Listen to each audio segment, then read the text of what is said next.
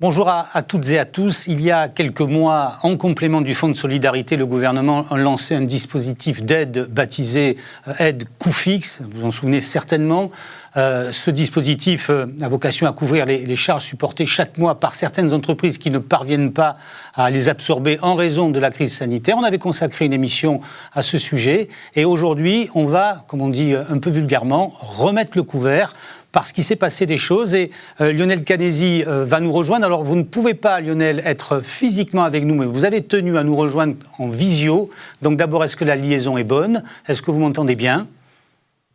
Oui, bonjour à toutes et bonjour à tous, j'entends bien. Alors la question que je voulais vous poser, c'est d'abord pourquoi est-ce qu'on revient sur ce sujet des aides dites coût fixe ?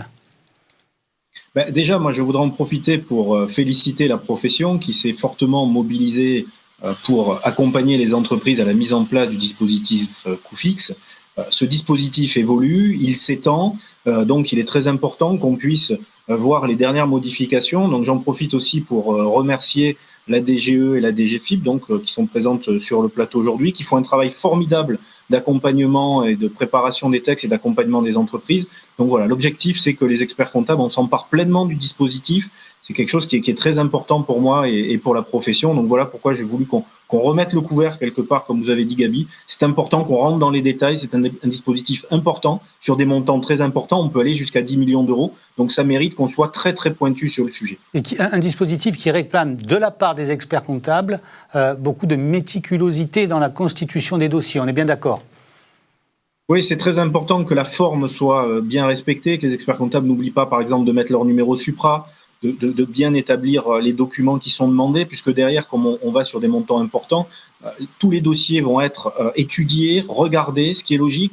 On parle d'aide qui peut aller jusqu'à 10 millions d'euros, donc ça mérite qu'on puisse perdre un peu de temps pour permettre à nos clients de toucher très rapidement leur aide. Donc voilà, il faut que les conditions de forme soient respectées. Je crois que c'est très important et donc voilà, j'en appelle à la profession de faire très attention sur ce sujet-là. C'est quand même dommage que nos clients puissent perdre un peu de temps pour toucher ces aides et aujourd'hui c'est quand même important. Plus on touche rapidement les aides, plus d'entreprises sont en capacité d'être sauvées puis de rebondir.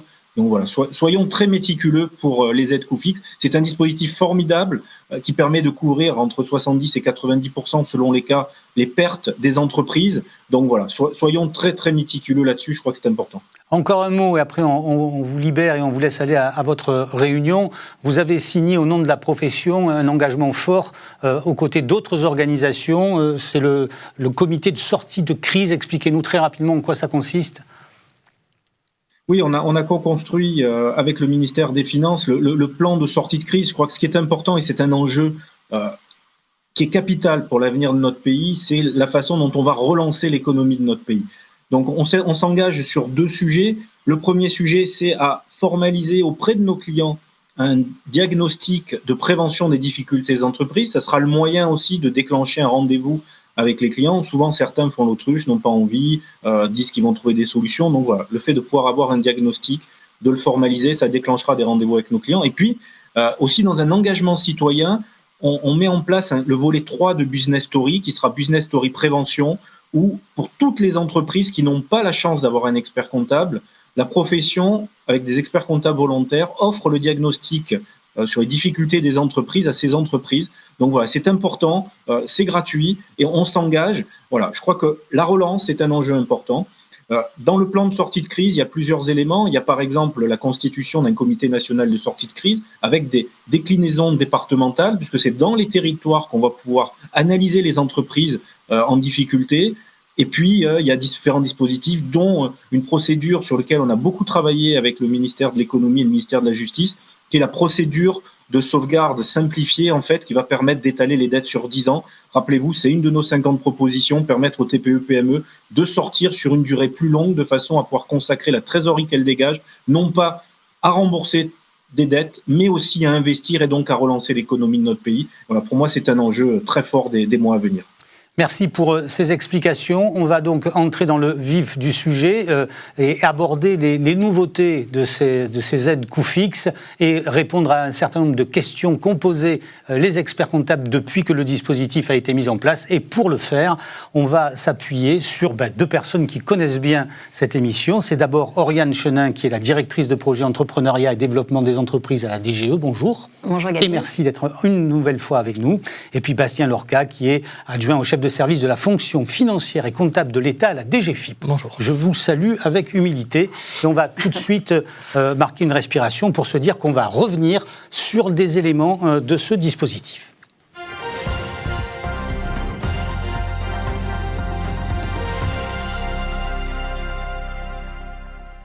Alors, avec vous, Bastien Lorca, d'abord, peut-être un point où on en est exactement. Combien de dossiers traités, par exemple ? Alors, nous avons reçu, c'est la DGFiP qui reçoit les dossiers, à peu près 5000 dossiers, un peu plus de 5000 dossiers sur de demandes dites coûts fixes, toutes catégories confondues, toutes périodes, que ce soit janvier, février, mars, avril, et un petit frémissement sur l'aide dite groupe, mais elle vient juste d'entrer en vigueur, je pense qu'on en reparlera. Mais on pourra faire un bilan global un peu plus tard, donc. Je pense, oui, puisqu'il faut quand même, il y a une période de 6 mois, donc je pense qu'en juillet, on aura quelque chose d'un peu plus définitif. 5000 dossiers reçus. Est-ce qu'il y a eu des dossiers rejetés ? Oui, à peu près 1500 pour des raisons tout simplement d'inéligibilité, puisque pour pouvoir bénéficier de l'aide coût fixe, il faut avoir un chiffre d'affaires supérieur à 1 million d'euros mensuel ou appartenir à certains secteurs d'activité bien précis.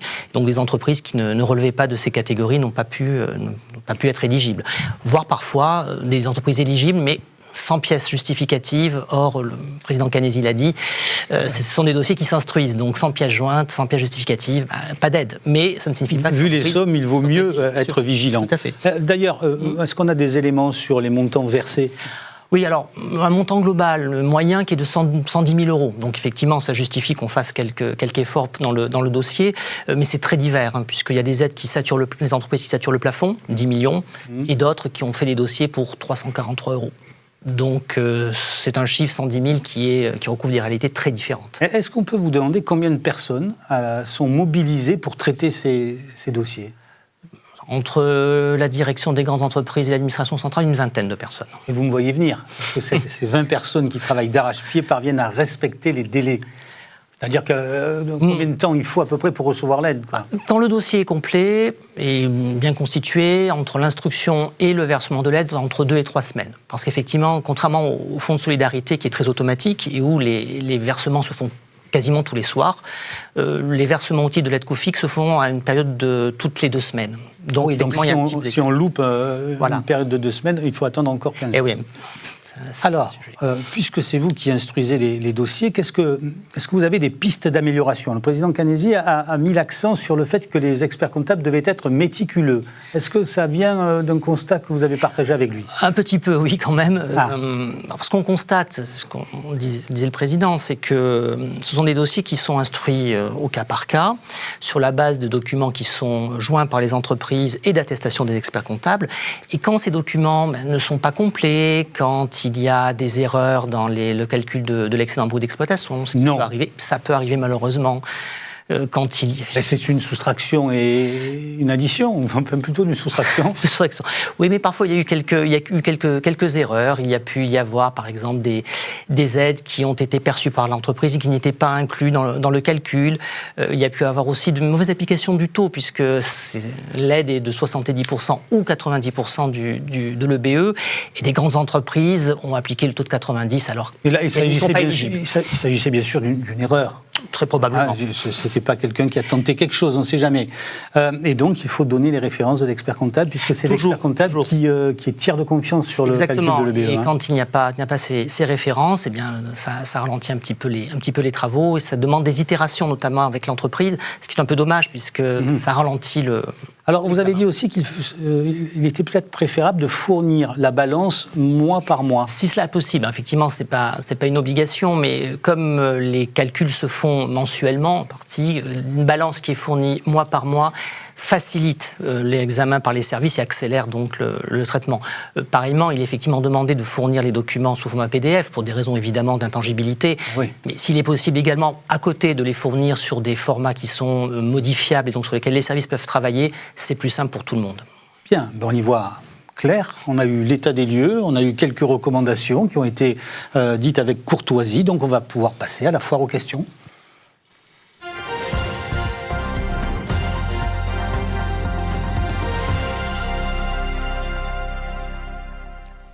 Alors, Oriane, si vous le voulez bien, avant d'entrer directement dans les questions qui nous sont remontées du terrain, des cabinets d'expertise comptable, peut-être un mot sur les nouveautés, puisque il y a 3 catégories, d'après ce que j'ai cru comprendre, d'aides. Alors, si on prend par exemple la première, l'aide coût fixe originale, celle du début, qu'est-ce qu'il y a comme nouveauté ? Alors, celle-là, à l'identique, elle existe toujours. Et la période d'éligibilité pour calculer était de 2 mois, donc janvier, février, ou mars, avril, ou mai, juin. Et on calculait les critères de perte de chiffre d'affaires et de BE coût fixe négatif sur cette période de 2 mois, qui parfois pouvait être défavorable pour l'entreprise quand elle avait eu un bon mois sur les 2. Donc là, on a tout mensualisé, donc l'entreprise a le choix, pour chaque période de 2 mois, elle peut calculer au mois ou à la maille bimestrielle. Donc là aussi, et on prend la solution la plus favorable pour l'entreprise. Donc ça, c'est la principale nouveauté pour l'aide coût fixe originale. Après, il y a une aide coût fixe saisonnalité. Alors. Pourquoi faire simple ? Donc on a créé 2 nouveaux dispositifs, l'aide coût fixe saisonnalité. On pense immédiatement, par exemple, à un hôtel ou un restaurant de station de montagne qui peut avoir une activité, une grosse perte de chiffre d'affaires en comparant avec l'année précédente, enfin avec 2019 en janvier-février, mais peut-être moins en avril et en mai. Donc pour tenir compte de ça, on a créé une aide coût fixe, une saisonnalité sur la période de 6 mois qui va leur permettre de lisser en fait la perte de chiffre d'affaires et ce fameux EBE coût fixe négatif, non au mois le mois ou sur une période de 2 mois, mais sur la période de 6 mois. Donc on va comparer janvier à juin de la période de référence, donc de 2019, pour ces entreprises-là. Et là encore, elles peuvent choisir. C'est très ouvert, en fait. On prend le dispositif qui est le plus favorable pour l'entreprise. Coût fixe original, coût fixe saisonnalité, et puis 3e catégorie, c'est une nouveauté aussi, c'est l'aide dite de groupe. Voilà. Et alors celle-là, elle est très importante pour 2 choses. D'abord, on s'est rendu compte qu'un groupe qui a 4-5 filiales, une filiale avait saturé le plafond de 200 000 €, qui est le plafond du fonds de solidarité. Or, on avait un lien entre les deux. Je ne peux toucher l'aide coût fixe que si j'ai touché le fonds de solidarité. Or, si une filiale saturait ce plafond de 200 000, les autres ne pouvaient plus toucher à l'aide coût fixe. C'était un problème. On a deuxièmement un autre encadrement, qui est l'encadrement temporaire européen. Tout ça est bien évidemment validé par la Commission. Et si on a obtenu plus de 1,8 million d'euros, à ce moment-là, là encore, pas de fonds de solidarité, pas d'aide coût fixe. Donc là, on a déconnecté pour les groupes le fonds de solidarité et l'aide coût fixe.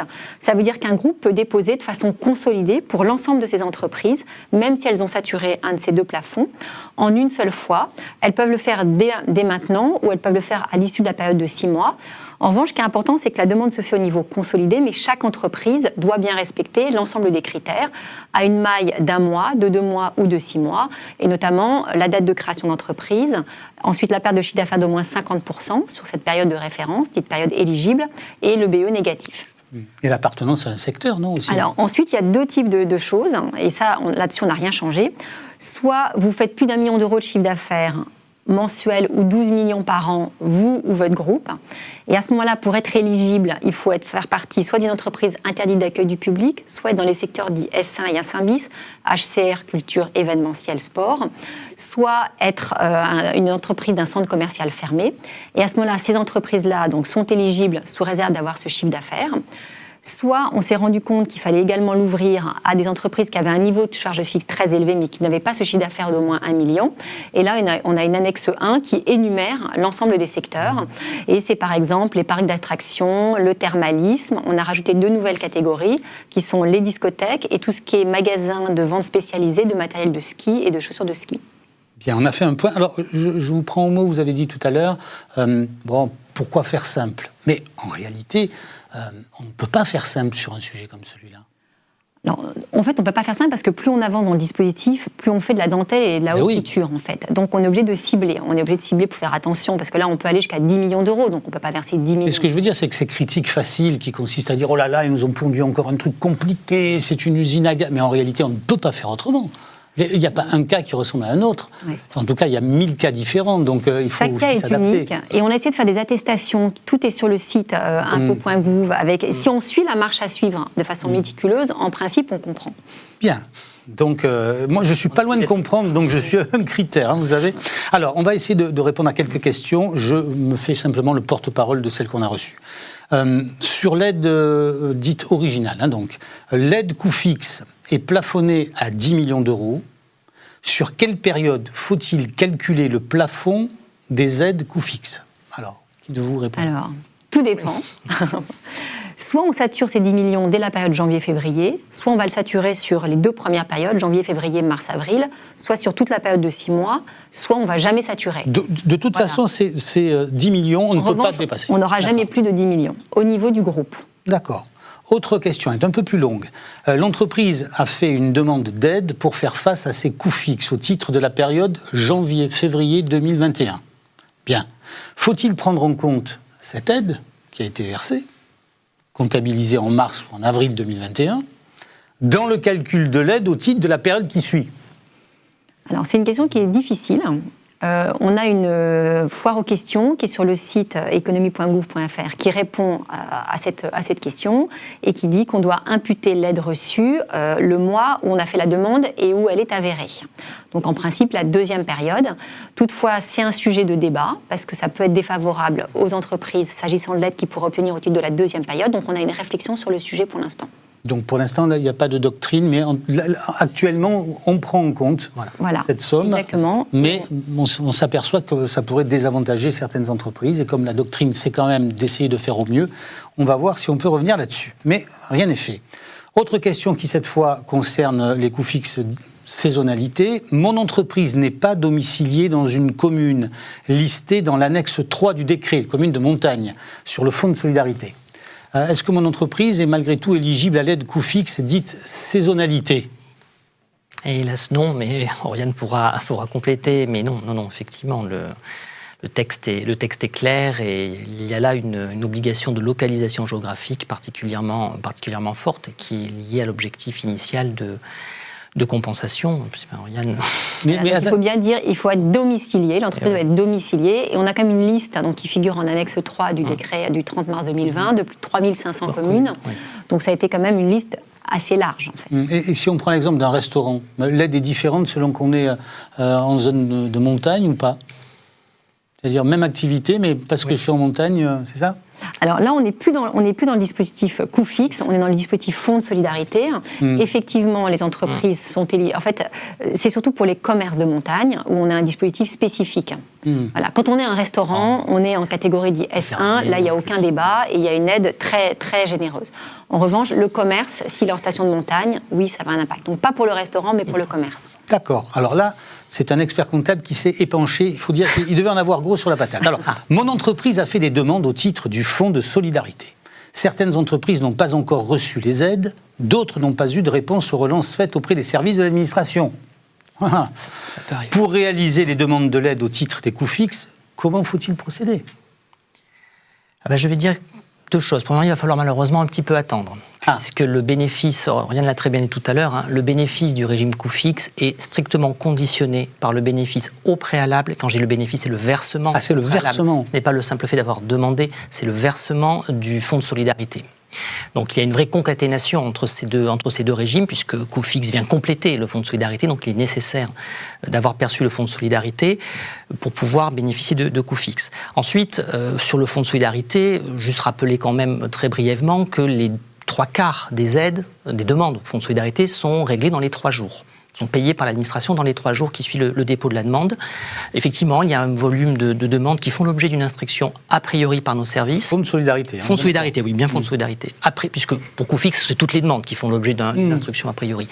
Donc il y a un certain nombre de demandes au titre du fonds de solidarité qui sont examinées a priori, tout simplement parce que dans le dépôt de la demande, il y a eu des incohérences. Par exemple, le chiffre d'affaires qui est déclaré pour être indemnisé n'est pas cohérent, parfois supérieur à ce que l'on connaît au titre des déclarations fiscales. Ça peut arriver, une erreur ou...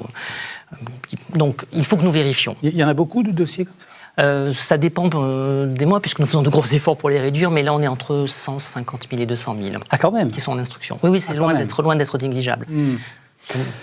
Alors, afin de faire face à ces coûts fixes, pardonnez-moi, mais je lis ces questions. Afin de faire face à ces coûts fixes, une entreprise appartenant à un groupe a fait des demandes individuelles de subvention pour les périodes janvier-février 2021, mars-avril 2021. Les derniers textes permettent à une entreprise du groupe de faire les demandes pour toutes celles qui appartiennent au groupe.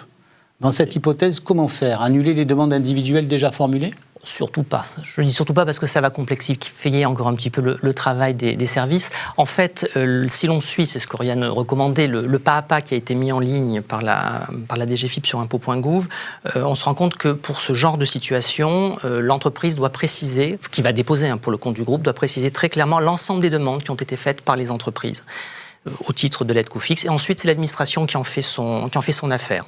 Donc il ne faut pas besoin d'annuler. Nous prenons en compte tous ces éléments et de fait nous calculerons, puisque ces aides-là vont s'imputer sur l'aide du groupe, donc nous ferons les calculs pour le compte de l'entreprise. Pour l'aide dite groupe, une seule demande est réalisée par une des entreprises du groupe. Comment cette entreprise doit-elle répartir les sommes perçues ? Alors là, encore beaucoup de liberté dans le dispositif. Donc en fait, l'entreprise, dans le formulaire, doit nous fournir le montant total, comment elle va le ventiler, sachant que ce montant sera versé en une seule fois à la tête de pont qui a fait la demande, mais c'est la liberté de l'entreprise. Et notamment si l'entreprise, par exemple, sature les 10 millions d'euros, et ben c'est elle qui va arbitrer comment elle répartit, mais c'est une décision de gestion de l'entreprise qui ne regarde pas. Le tout, c'est de jamais dépasser le 10 millions et que les additions soient correctes. Voilà. Donc une liberté de... Donc une grande liberté de l'entreprise qui choisit comment elle ventile. Alors, d'autres questions. Jusqu'à quand le dispositif aide coût fixe est-il maintenu et jusqu'à quand est-ce qu'on peut déposer des dossiers ? Alors, le dispositif est maintenu, donc il est sur la période janvier-juin, donc ça c'est le décret du 24 mars qui a été déjà modifié 2 fois. Et les demandes, alors initialement je crois qu'on avait vu un peu trop court, étaient de 15 jours et maintenant on a donné 45 jours entre le moment où on perçoit le fonds de solidarité et le moment où on peut déposer, sachant que pour l'aide saisonnalité et groupe, elles vont pouvoir le faire à l'expiration de ces 6 mois, donc à partir du mois de juillet. Il y a forcément un décalage de toute façon, puisqu'il faut faire la compta. Exactement. Donc en fait, en août, elles pourront encore le faire. Et sous le contrôle de Bastien, je pense qu'il y a quand même de la souplesse, c'est-à-dire qu'il faut respecter les délais, bien évidemment. S'il y a un jour de retard... Oui, nous ne sommes pas des ayatollahs du calendrier. Bien, c'est enregistré, vous le savez quand même. Alors, autre question. Je réalise 12,5 millions d'euros de chiffre d'affaires annuel, mais seulement 600 000 euros en moyenne entre janvier et mai. Est-ce que j'ai droit à l'aide coût fixe ? Bien sûr. En fait, finalement, les entreprises créent des choses encore plus compliquées que nous. Il y a 2 critères. Soit je fais 1 million d'euros de chiffre d'affaires au moins un mois de la période éligible, donc le 6 mois ou les 2 mois par exemple, soit je fais 12 millions sur l'année, tant au niveau de l'entreprise que du groupe. D'accord. Est-ce que le dispositif, vous avez dit ça, est-ce que le dispositif est étendu aux discothèques et à toutes les discothèques ou seulement les discothèques qui sont dans les zones de montagne ? Toutes les discothèques. Donc sans chiffre d'affaires, sont éligibles au dispositif coût fixe, ce qui n'était pas le cas initialement, donc elles ne sont éligibles qu'à partir du mois de mars. Alors j'avais lu dans la presse que les entreprises qui louent du matériel de ski revendiquaient une aide. Est-ce qu'elles ont été entendues ou pas ? Absolument, oui. En fait, donc, tout ce qui est location, vente, location bail de matériel de ski, donc à la fois matériel de ski et chaussures de ski en magasin spécialisé, sont également couverts par ce dispositif, ont été ajoutés, donc il n'y a pas besoin de faire plus d'1 million d'euros de chiffre d'affaires par mois, ou 12 millions. Eux, ils ne sont soumis ni à une condition d'effectif, ni à une condition de chiffre d'affaires. Alors, juste un rappel, peut-être, Lionel Canesi l'a dit, vous l'avez évoqué aussi, le dispositif permet d'indemniser de 90 ou 70% les charges fixes non couvertes. Vous pouvez rappeler le principe ? Alors 70%, on va dire que c'est pour le droit commun finalement, et cela peut monter à 90% pour les entreprises qui ont moins de 50 salariés. Donc nous y sommes attentifs évidemment dans l'examen des demandes qui nous sont déposées. Et ce critère se fait au niveau du groupe. Oui. D'accord. Tout à fait. Je gère une salle de sport. Pas moi, c'est la question. Un nouveau métier peut-être ? Je réalise un chiffre d'affaires de 600 000 euros annuels. Pas moi non plus. Je suis donc le grand oublié du dispositif parce que je ne suis pas une grande entreprise. Eh bien non. Cette entreprise, en fait, se trompe puisqu'elle est bien visée à la fameuse annexe 1 de notre décret du 24 mars pour les entreprises qui sont éligibles sans condition de chiffre d'affaires. Et donc, les salles de sport indoor intérieures sont bien couvertes par ce dispositif. Donc, elle est tout à fait éligible sous réserve de remplir les autres conditions, bien sûr. Toute une liste existe. Je l'ai sous les yeux. Hôtellerie et restaurants de montagne, salles de sport, salles de loisirs intérieures, les zoos, les jardins botaniques, les établissements thermaux, les parcs d'attractions et donc les discothèques. Et les magasins de sport. Et les magasins de sport. Pour moins 50% de leur chiffre d'affaires dans la vente de ski ou de chaussures de ski. Bien. Est-ce qu'on a fait à peu près le tour des questions ? Il y en avait beaucoup d'autres, mais on a essayé d'organiser tout ça. Vous en avez, vous, qui vous remontent ? Alors on en a beaucoup qui nous Et qui remontent souvent de la part des experts comptables, non? C'est ça? Ou de l'ordre des experts comptables? Oui. Non, mais on a la chance d'avoir des relations extrêmement étroites, on travaille main dans la main, donc en fait quand ils ont une liste de questions, ils nous l'envoient, on les travaille, d'ailleurs on en a une à traiter, et comme ça on a grâce à ça en fait une compréhension commune des textes. Et puis c'est vrai que nous on ne peut pas forcément penser à tous les cas de figure, et donc c'est grâce à ces cas de figure-là qu'on peut aussi se poser les bonnes questions, ajuster les textes, comme on l'a fait avec le dernier décret de mai, ou compléter des dispositifs. Voilà, il y a un vrai échange en permanence entre les différents services. Donc on attend des précisions sur est-ce que les aides versées en janvier-février sont comptabilisées pour mars-avril ou pas. Oriane Chenin, Bastien Lorca, vous avez vos couverts et votre table ici ouverte quand vous le souhaitez. Vous jouez à domicile. Des experts comptables de France sont ravis de vous recevoir. Merci à toutes et à tous. Et puis donc, vous pouvez, vous le savez, revoir en replay donc, cette émission et aller sur les foires aux questions, à la fois animées par le Conseil national de l'ordre et tous les permanents qui sont sur le pied de guerre en permanence depuis le mois de mars et bien avant d'ailleurs, et à votre disposition, ou alors aller sur les foires aux questions de nos amis de la DGFiP et de la DGE. Bonne soirée à toutes et à tous et à très vite pour d'autres aventures. Merci beaucoup.